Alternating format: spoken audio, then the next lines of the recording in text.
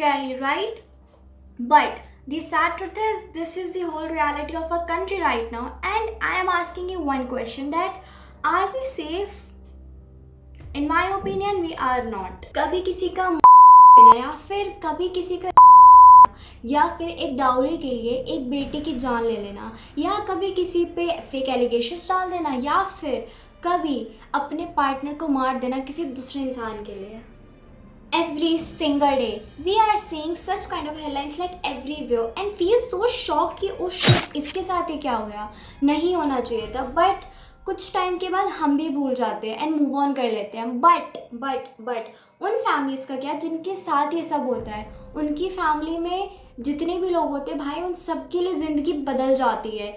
हर दिन उनके लिए एक नई सज़ा की तरह रह जाती है बस. You know what the thing is, हमारे देश में आजकल जितने भी क्रिमिनल्स हैं उनके मन से, दिल से, हर जगह से वो डर, वो खौफ ख़त्म हो गया है कि कल को अगर हम कोई क्राइम करते तो उसका आउटकम क्या होगा. क्यों? बिकॉज ऑफ डिले पनिशमेंट, या फिर वीक इन्फोर्समेंट, या फिर करप्शन.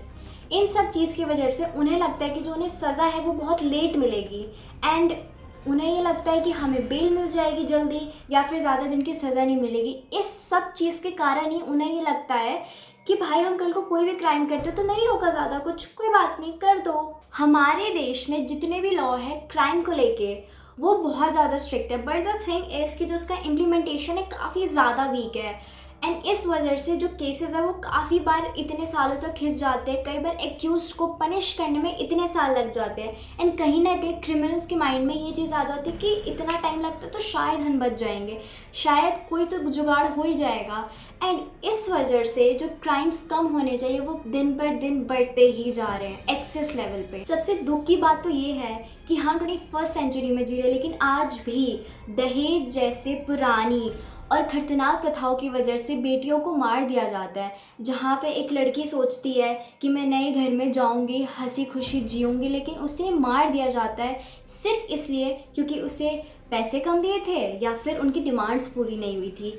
ये सिर्फ एक क्राइम नहीं है, ये हमारी सोसाइटी की एक ऐसी घटिया सोच बताता है जिस पे काला धब्बा है. बट प्रॉब्लम सिर्फ इतनी से नहीं है, प्रॉब्लम ये भी है कि कभी कभी जो फैमिलीज़ है वो अपने मेंबर्स को कवर अप करती है, सच्चाई नहीं बताती, उन्हें सपोर्ट करती है, एंड जो एक्यूजर से बचाने की कोशिश करती है. एंड कहीं ना कहीं इन्हीं सब चीज़ों की वजह से भी जो सिस्टम है वो और ज़्यादा कमज़ोर हो जाता है. मैं उन फैमिली के इमोशंस को समझती हूँ, कहीं ना कहीं अटैच होते हैं, वो नहीं चाहती कि उनका फैमिली मेम्बर कहीं जाए. बट द प्रॉब्लम इज़ कि एक बार आप उन विक्टिम की फैमिली के बारे में सोचिए कि उनके ऊपर क्या बीती होगी. आपके बच्चे ने कोई क्राइम किया तो प्लीज़ उसको सपोर्ट मत कीजिए, उसको आप प्लीज़ पुलिस स्टेशन के हवाले कीजिए. प्लीज़ आप सच्चाई बताइए कि हाँ गलती हुई है, प्लीज़ उसको सज़ा दिलवाइए ताकि उस विक्टिम की फैमिली को जस्टिस मिल पाए. और दूसरी तरफ एक दूसरे के ऊपर फेक एलिगेशंस लगा देना. आज भी लोग एक दूसरे के ऊपर फेक एलिगेशंस लगा देते हैं. क्यों? अपनी पुरानी दुश्मनी निकालने के लिए, रिवेंज लेने के लिए. बट इस सब की वजह से एक निर्दोष की जो ज़िंदगी प्यारी सी होती है वो बर्बाद हो जाती है. एंड ये सिर्फ एक क्राइम ही नहीं है, यहाँ पे जो असली विक्टिम होता है उसकी भी आवाज़ कमज़ोर हो जाती है. सबसे घिनौना क्राइम तो है. ये क्राइम सिर्फ एक फिजिकल अटैक नहीं है, यहाँ पे एक लड़की की ज़िंदगी, उसकी इज्जत एंड उसका कॉन्फिडेंस सब कुछ तोड़ देती है. ये क्राइम ये दर्शाता है कि आज भी हमारे सोसाइटी में इतनी बुरी मेंटालिटी है लड़कियों के लिए कि मैं क्या बताऊँ. एंड tragedy mentality है that if she is wearing a short dress, if she is going outside at the night, or if she is having fun with friends, then she is inviting us. वो हम invitation देती कि तू आ, तुझे जो करना है तू कर हमारे साथ. एंड उन क्रिमिनल्स को ये लगता है कि अगर हम पकड़े भी जाते इन केस तो क्या हमें कोई ना कोई रास्ता मिल ही जाएगा एंड हम छूट जाएंगे आराम से. दोस्तों, हमें ये चीज़ें समझनी पड़ेंगी कि ये सिर्फ लॉ की गलती नहीं है या फिर सिर्फ हमारी सोसाइटी की गलती नहीं है ये, बल्कि ये दोनों चीज़ों की गलती है. क्यों? क्योंकि जस्टिस सिस्टम का डिले होना, एक्यूज को सज़ा मिलने में इतना टाइम लग जाता है कि उनके मन से वो डर, वो खौफ ही ख़त्म हो गया कि हमें जल्दी पनिशमेंट भी मिलेगी.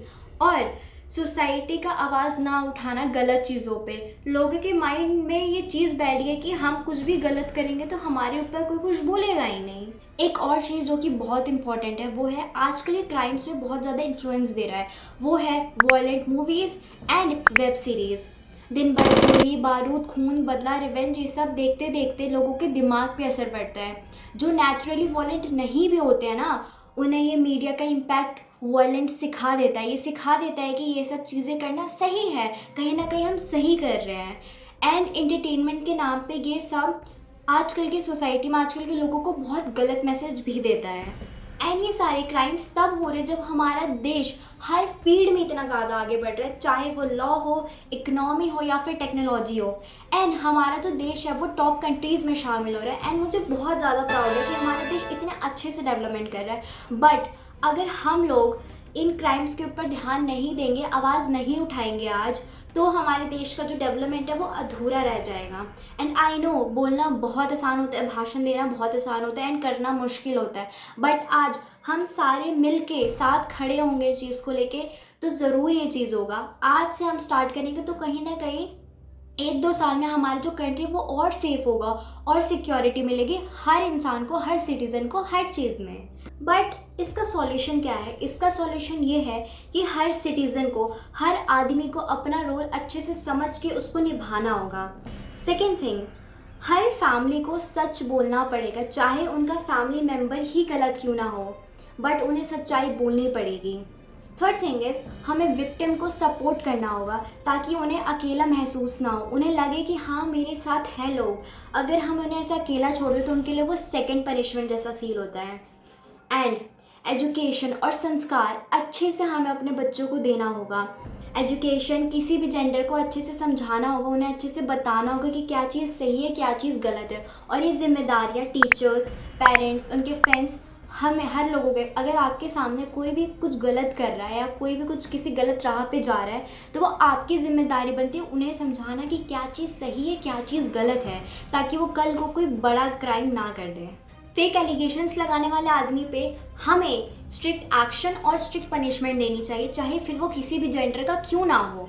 डाउरी जैसे पुराने और खतरनाक प्रथाओं को हमें जड़ से उखाड़ना पड़ेगा। एंड मीडिया और एंटरटेनमेंट को ये चीज़ समझना पड़ेगा कि हम वॉयलेंस और नेगेटिविटी दिखा के लोगों के दिमाग पे गलत इम्पैक्ट छोड़ रहे हैं। एंड ये चीज़ कहीं ना कहीं इनडायरेक्ट वे में बहुत बड़ी क्राइम है।